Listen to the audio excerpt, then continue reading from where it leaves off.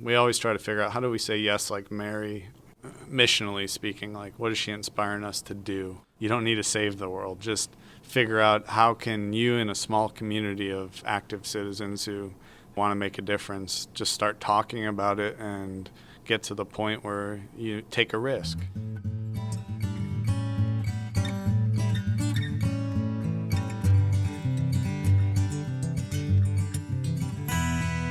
Welcome to Sharing Our Marianist Stories, a new podcast brought to you by the North American Center for Marianist Studies, otherwise known as NACMS. I'm Patty Garrett. And I'm Sister Gabby Bebo. Gabby, can you tell me about this episode we're going to listen to today? Because I know you had listened to several interviews, and this one really stuck out to you. So the podcast episode today that we're sharing with you is an edited interview of Mike and Beth Schultz, who are two lay Marianists that live in Dayton, and they made up part of the Nassau Community, which was an intentional lay Marianist community that lived on the east side of Dayton. And they're known especially for beginning the Mission of Mary Farm, which is now a nonprofit and has been very successful at providing vegetables and fresh food to people all over East Dayton, which is a food desert. So I first met Mike and Beth Schultz when they were in the Nassau Community, when it was still in existence. And I remember going over to their house a couple of times. And that was when they just had one garden plot in their backyard. And they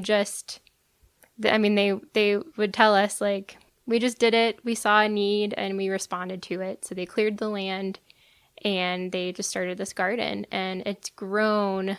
I mean, they have acres of land now that's all urban, all over, different plots over the east side, and it has been amazing to me to see this grow. And Juliet Frumholtz from WYSO did this interview at a MLCNA assembly gathering. So neither one of us had heard this interview.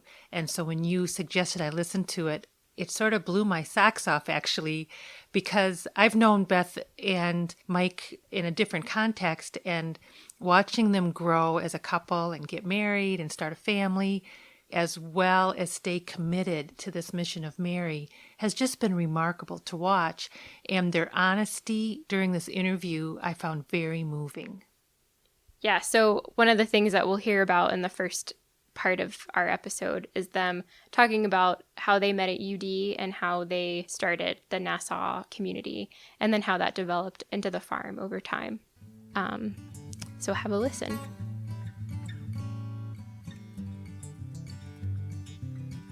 Hi, I'm Beth Schultz. Mike Schultz. We both came to the University of Dayton, different reasons of interest, but happened to run into each other, and we're both independently inspired, I think, by the Marianists and the sense of community and drawing in and being welcome. So we met here at University of Dayton in guitar class. Then we took a class through Father Burns' Christian Marriage. So it's kind of like community, guitar, so the music, and then this Father Norbert Burns kind of brought us together. You know, after graduating from UD, we joined a couple folks in starting an intentional community, a living community that was lay Marianist, but people definitely were inspired from the Marianists as a common ground, the Catholic worker movement, and just kind of taking what we learned here on campus of building community and urban social justice, and how do you take your youthful skills and energy into the actual city in neighborhoods in need. The Fit Center here at UD helped intentionally place us in a neighborhood of need, and just be present, build relationships with the people, the land, and then figure out through that presence in your community, what can you do? I was just thinking as Mike was talking, Father Teddy Tedesco got us, a few of us, in a car and drove us around the city of Dayton, going through a few different neighborhoods, and he would just pointed out things that he knew about specific neighborhoods, and we started to get a little more acquainted with the city. I think a lot of times folks that come to study at the University of Dayton realize, while you're in school there, it's wonderful and a beautiful sense of community, but you're also living in a sense, sort of a bubble. And so it was neat as we were preparing to graduate, kind of bursting out of that bubble and figuring out our new place in the city of Dayton as a whole. So, yeah, once we got kind of figured out that we wanted to live in the east end of Dayton, we moved into that neighborhood just kind of trying to be open to possibilities. How can we use our gifts? How can we bring our passion where we are in our lives into our new placement? How can we be a light to the world in that new setting? And so first and foremost, it just meant getting to know our neighbors, getting to build those relationships. And it wasn't as easy as we thought. I think coming from the University of Dayton, where everybody wants to be friends and everybody wants to build community, it kind of was a struggle. We'd invite neighbors over for meals, and they'd be like, why do these college kids want to have meals with us? What's the ulterior motive here? But, yeah, really it was just, how can we build relationships, figure out what it is that the city of Dayton might need that we can offer with our gifts and talents. And a couple of the common grounds, the mediums we found were useful in interacting, building relationships, was getting a dog. A lot of people like dogs, not everyone. So walking the dog, you start meeting people. Playing music. We live in a neighborhood that has a last couple decades long history of a lot of Appalachian folks who came to Dayton for different jobs. And so, playing music was another one. And then also food. Not just growing the food, but, having a meal together. So people, I think those are three common grounds we found to help build relationships with people who are very different from us or grew up in different settings. So that community, we lived in it for 8 years, and it had over 20 folks who lived in it, anywhere from 6 months to, I guess, the full 8 years. And one of the things it birthed, we always try to figure out how do we say yes like Mary to needs of the world, was Urban Farm and Mission of Mary Cooperative, which is now nonprofit in the inner city. We run an urban farm and do education with youth, high school folks, and so we're kind of dealing with the food access, food deserts of the inner city, and also realize there's a lot of education. And so it's the baby we created, and we keep nurturing that baby. In this next part, Mike and Beth share some of the other ways they try to listen to Mary's yes, which I found really interesting to listen to because they just have this hope that just underpins everything they do. So a couple of things you'll hear, Mike will talk about one of the things that they tried was sheltering 2 homeless people in their community and some of the lessons they learned from that. And then after being asked by Juliet Frumholt from WYSO about some of the difficulties of following Mary's yes, Beth will share a story of driving down the street in her neighborhood and seeing somebody overdosing and just dealing with the horror of that. We really tried to come from a place of not knowing, of just being open to the Spirit, being open to what yes meant for us. Sometimes you say yes thinking that you know what it's going to be or what it's going to mean or look like, and it turns into something different. And it's being open to the movement of that, the Spirit in that. So just quickly, one of the first yeses as a community we said yes to is 2 homeless fellows, Sam and Cameron, who used to live on this back acre. They called it the Cool Pool.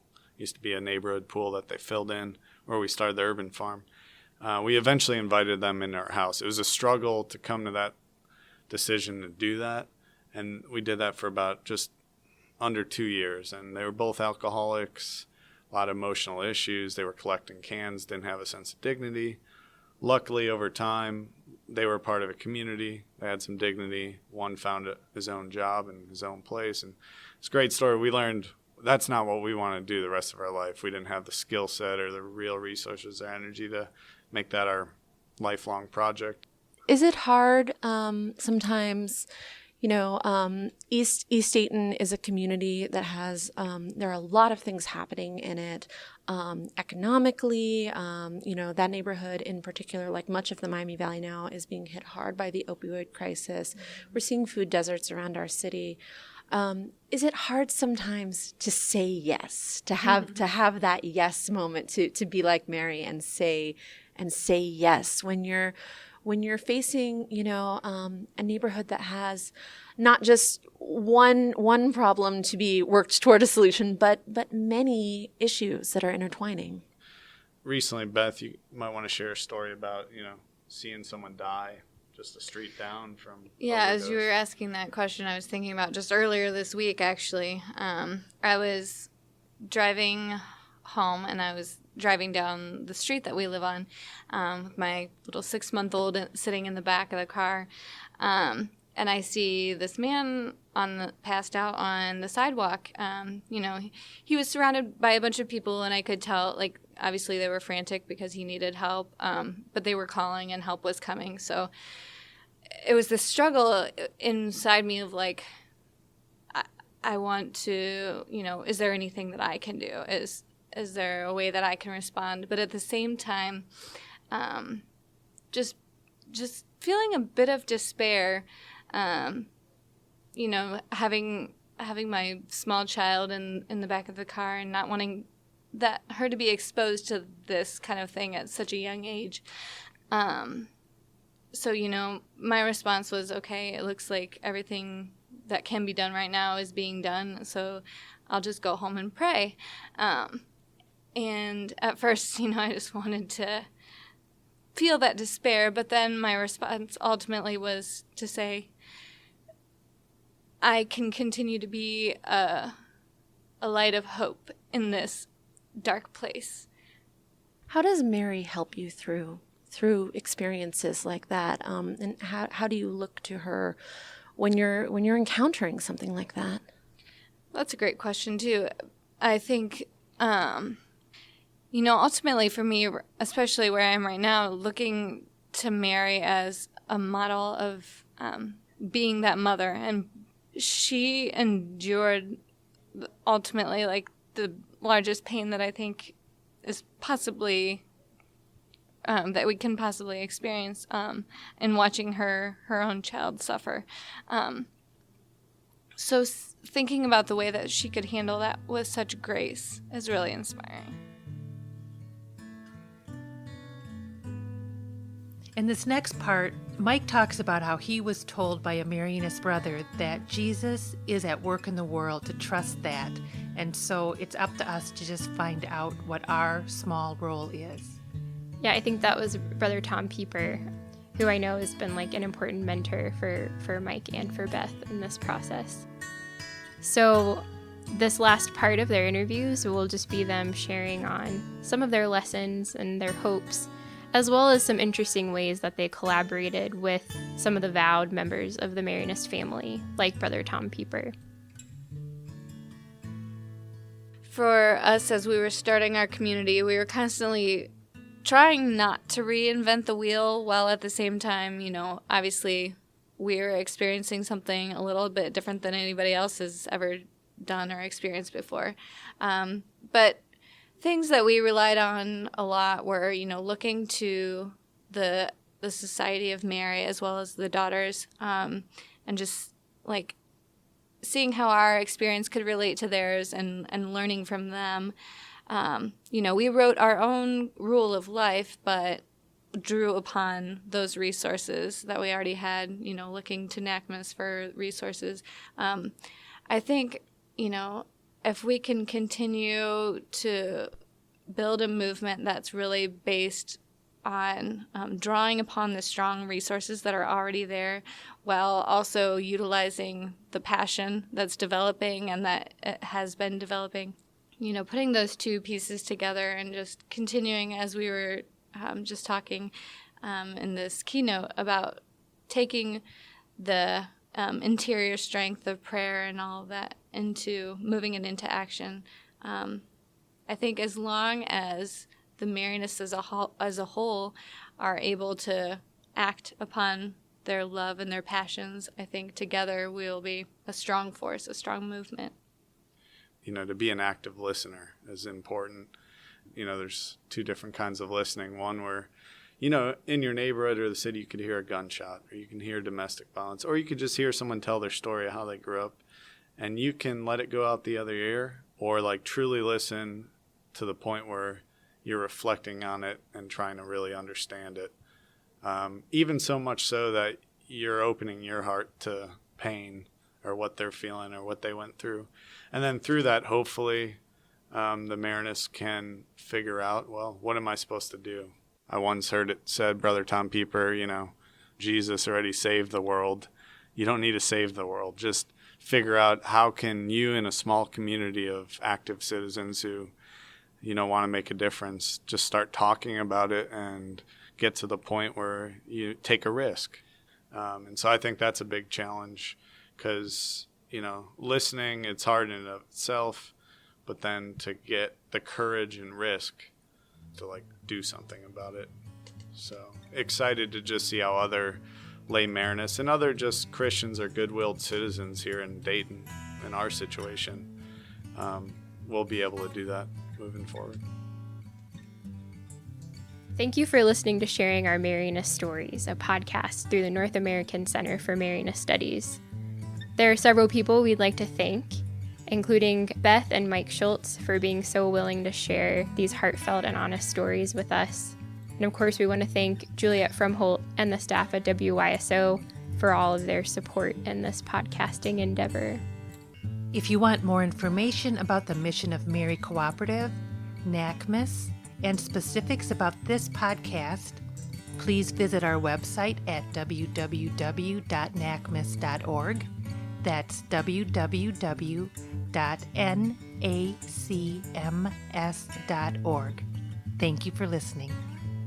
And if you enjoyed this podcast, please tell your friends and invite them to subscribe on iTunes or Stitcher or listen to it from our website.